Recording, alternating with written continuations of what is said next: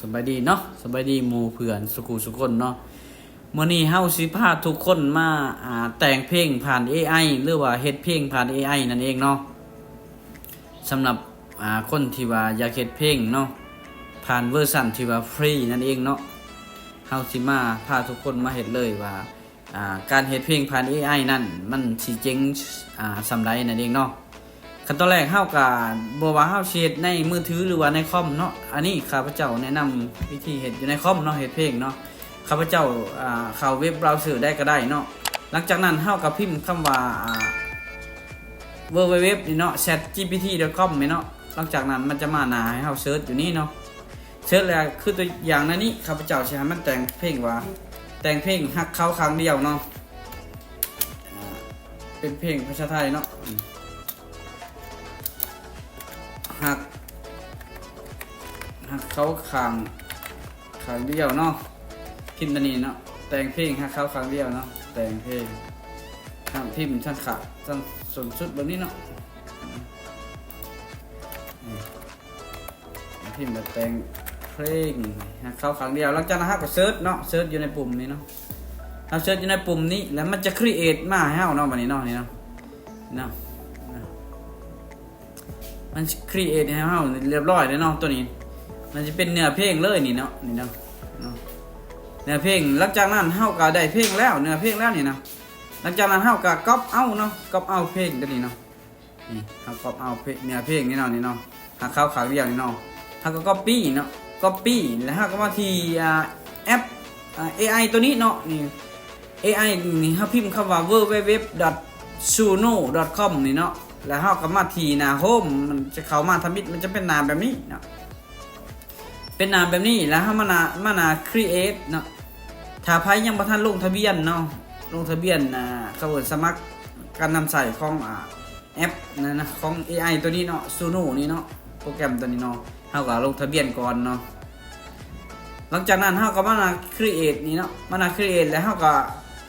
มา copy เอาตัวที่ว่าเฮาให้ AI ตัวมันแต่งนี่เนาะเนื้อเพลงนี่เนาะเฮามาใส่ตัวนี้เนาะนี่วางใส่นี่เนาะเฮาก็พัดใส่นี่เนาะหลังจากนั้นนี่เฮาได้แล้วนี่เฮาก็กดคำว่า create เลยเนาะนี่เนาะ create แล้วมันจะมาทางข้างบนนี้ทุกคนสังเกตเบิ่งเนาะนี่เนาะมันจะมานี่เนาะเพลงหักเข้าครั้งเดียวนี่เนาะนี่มันกำลังขึ้นมาแล้วเนาะนี่เนาะมันจะมี2เวอร์ชันให้เฮาเลือกเนาะเฮามาเลือกเลยเบิ่งเวอร์ชันตัวที่1เนาะนี่มันจะได้แล้วเนาะนี่นะเวอร์ชันที่1นี่เพลงหักเข้าครั้งเดียวนี่เห็นบ่เอาฟังเวอร์ชันที่2มาเด้อ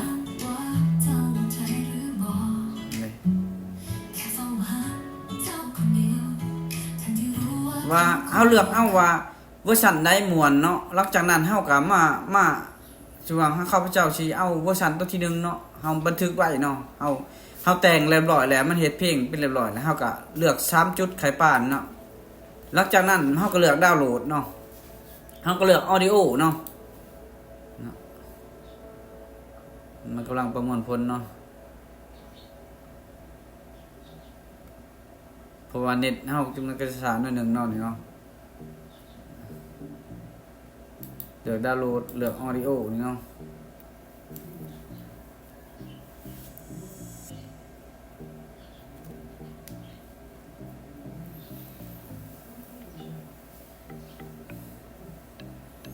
หลังจากนั้นเฮาก็รอท่าแป๊บนึงเนาะเพื่อให้มันประมวลผลแล้วก่อนเนาะนี่ประมวลผลแล้วก่อนเพลงตัวที่ว่าเฮาจะดาวน์โหลดเอาไปใส่ฮะแล้วเฮาก็ทำการตัดต่อให้มันเป็นวิดีโอใส่เอาเนาะข้าพเจ้าสิเลือกก่อนเนาะข้าพเจ้าสิเลือกใหม่เนาะเลือกติ๊กนี่เลือกดาวน์โหลดเนาะดาวน์โหลดออดิโอนี่เนาะนี่เนาะหลังจากนั้นมันก็ให้เฮาดาวน์โหลดแล้วเนาะเพลงตัวที่ว่าเฮาเฮ็ดผ่าน AI เนาะเฮามาเบิ่งข้างเบิ่งเนาะนี่เฮามาเปิดเบิ่งเพลงมัน export เป็นเพลง MP3 เรียบร้อยแล้วเนาะนี่เพลงหักเข้าครั้งเดียวนี่เนาะ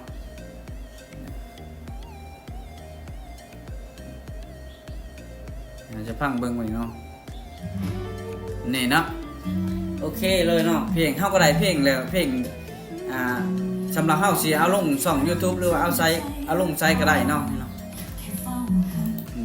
เพลงหักเขาครั้งเดียวเนาะแต่ว่าทุกคนเห็นว่าคลิปเฮาแนะนำนี่เนาะที่ว่าเฮ็ดเพลงผ่าน AI นี่เนาะง่ายๆนั่นเองเนาะเห็นว่ามัน